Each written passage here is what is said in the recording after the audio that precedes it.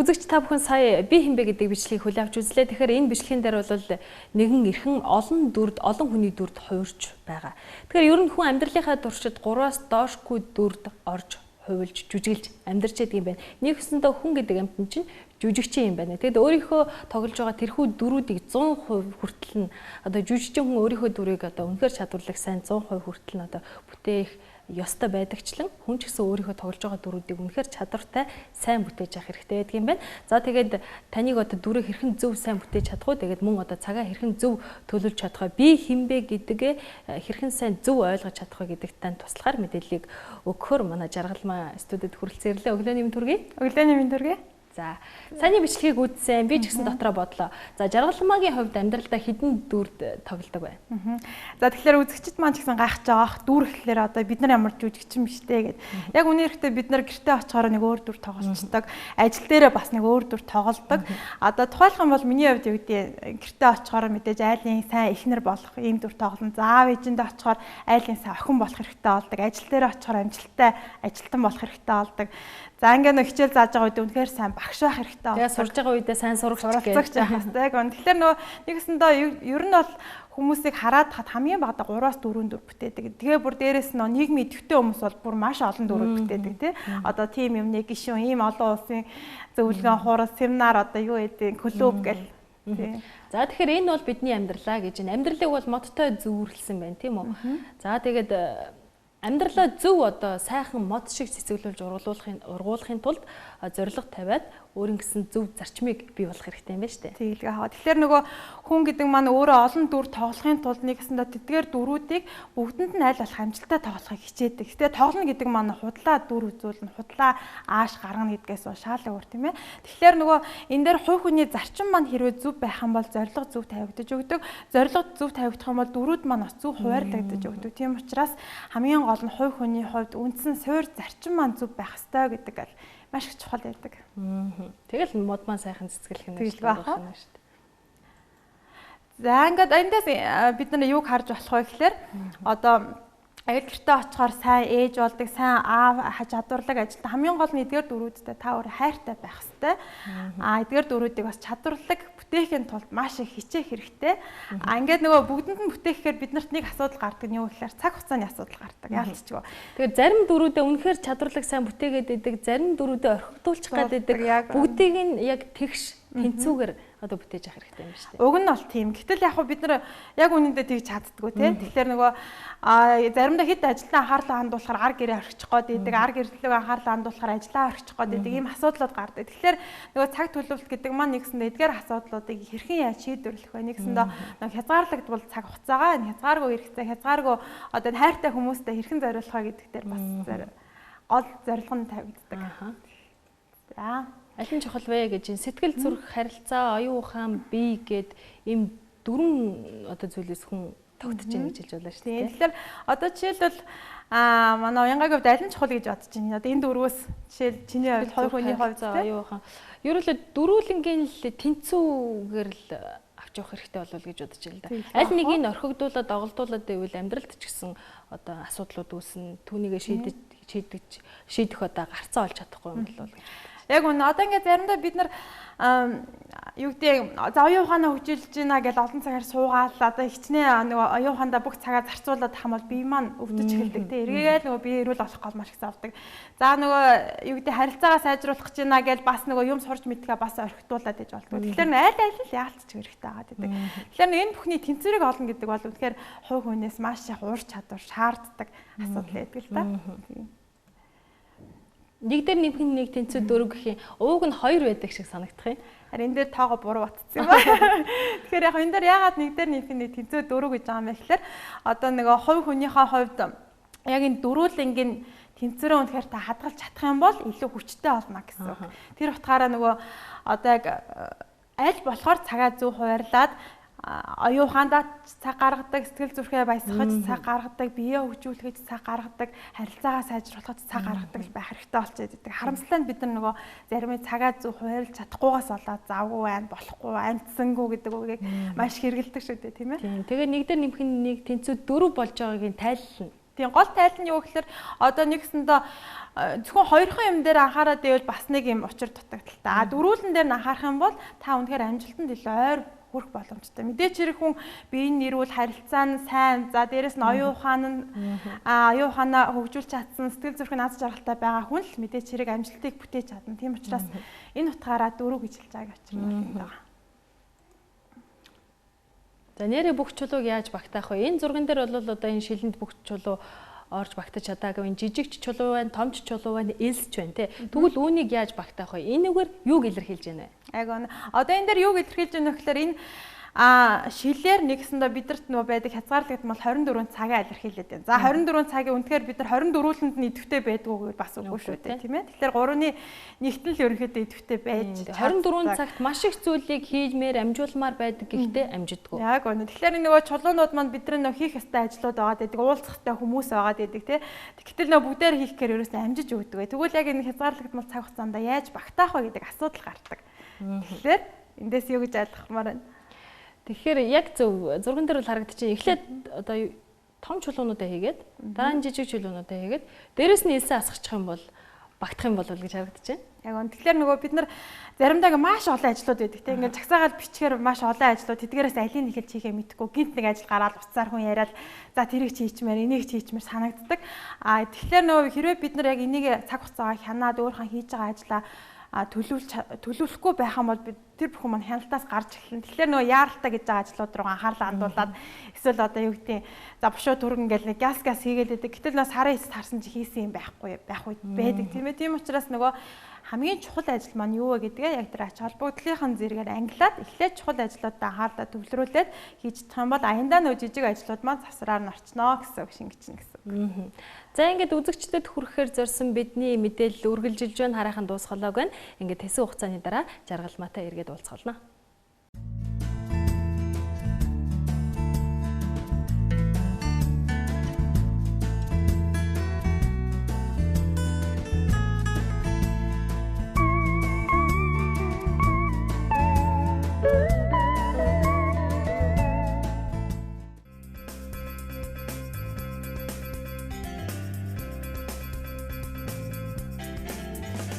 Шинэглүү хөтөлбөрийн зүгээс эцэг эхчүүдэд зориулж хүүхэдтэйгээ харьцахад нь хэрэг болох зөвлөгөө өгье. Эцэг эх байна гэдэг бол амаргүй ажил.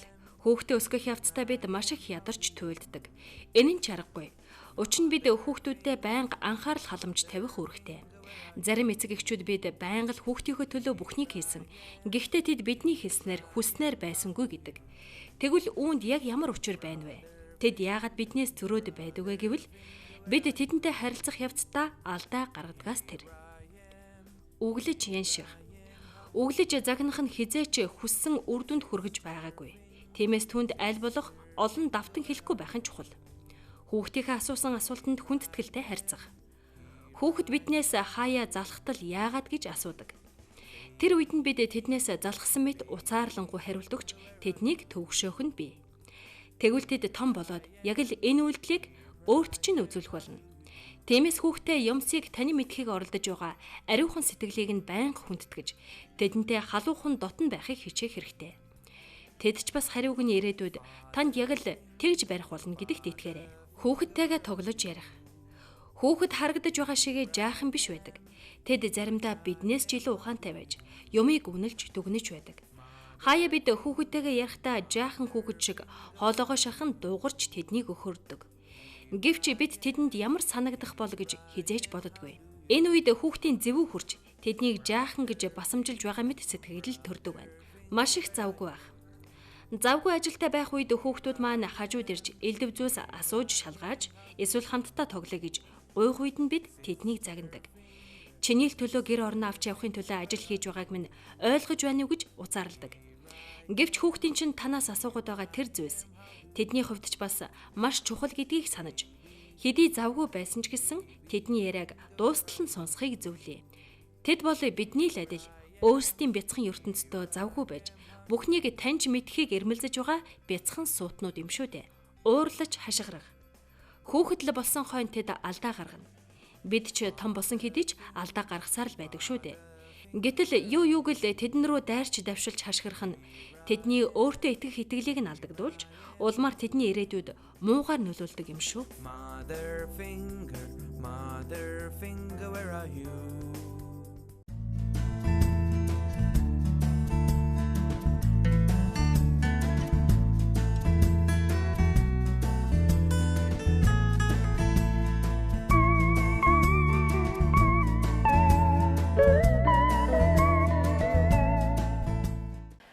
За ярилцлагын эхэнд бид бүхэн цаг төлөвлөлтийн талаар мөн одоо амьдралд олон дүр бүтээдэг. Тэгвэл дөрүүдээ бүгднийг нь одоо 100% чадварлаг сайн бүтээх хэрэгтэй, аль нэг нь орхигдуулж болохгүй гэдэг талаар ярилцсан байгаа. За тэгвэл ярилцлагын энэ хэсэгт хоёулаа ярилцлагаас үргэлжлүүлээ тийм ээ.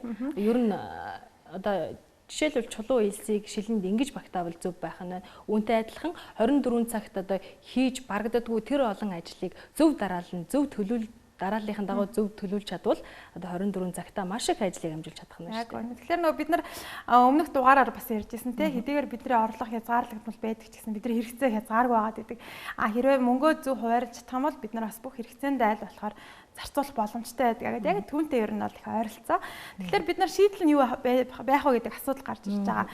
За тэгвэл нэгдүгээр ажлаа хуваарлах хэрэгтэй тийм байна. Одоо ингээд яг дөрөв хуваагаад нэгсэндээ чухал биш, яаралтай биш гэдгээр нь ажлуудаа хуваарлаад бичиж. Нэгсэндээ эхлээд нөө листээ гаргана тийм ажлынхаа. Тэгснийхаа дараагаар тус бүрд нэгж хуваарлаа бичгээр нөгөө зарим нь ихч байна, зарим нь багч байна. Яг анзаараад хахад ер нь бол нөгөө хүмүүсийн туршлагаас харахад хэрвээ та яаралтай биш бөгөөд чухал биш ажилдаа ихэнх цагаа зарцуулах юм бол таны цаг хугацаа өстой нөгөө өргөө зарж байна гэсэн үг.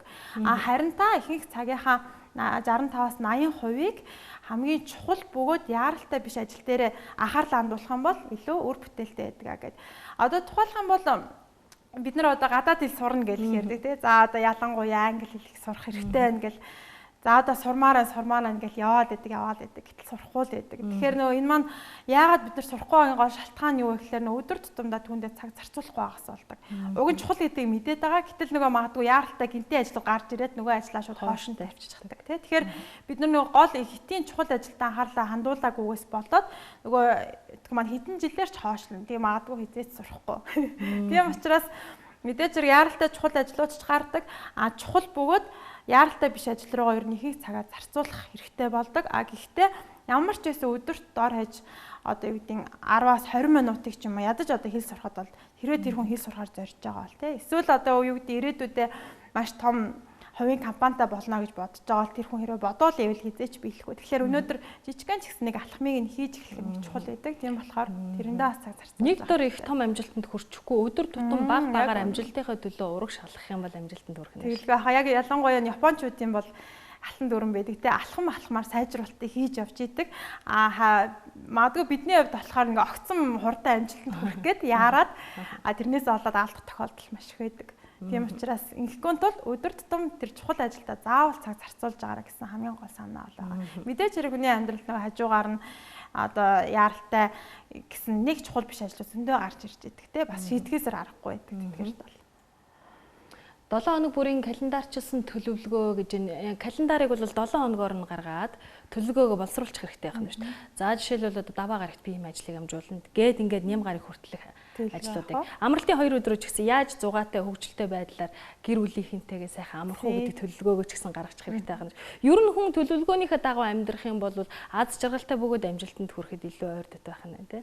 За ингээд мэдээж хэрэг бид нар амьдралынхаа бүх зүйлийг төлөвлөж чадахгүй гэсэн хэдий ч гэсэн бас төлөвлөх боломжтой зүйлс байдаг. Ингээд түрүүн чих шиг нөгөө ажлуудаа ангилчин тий одоо хийх ёстой ажлуудаа ангилсныхаа дараагаар яг энэ нөгөө 7 хоногийнхаа дагуу төлөвлөгөөнд оруулах хэрэгтэй болдог. Ингээд оруулаад тэгэхээр бид нар нэгсэндээ 7 хоногтой би ихэнх цагаа юунд зарцуулаад байна гэдгийг харах боломжтой болдог.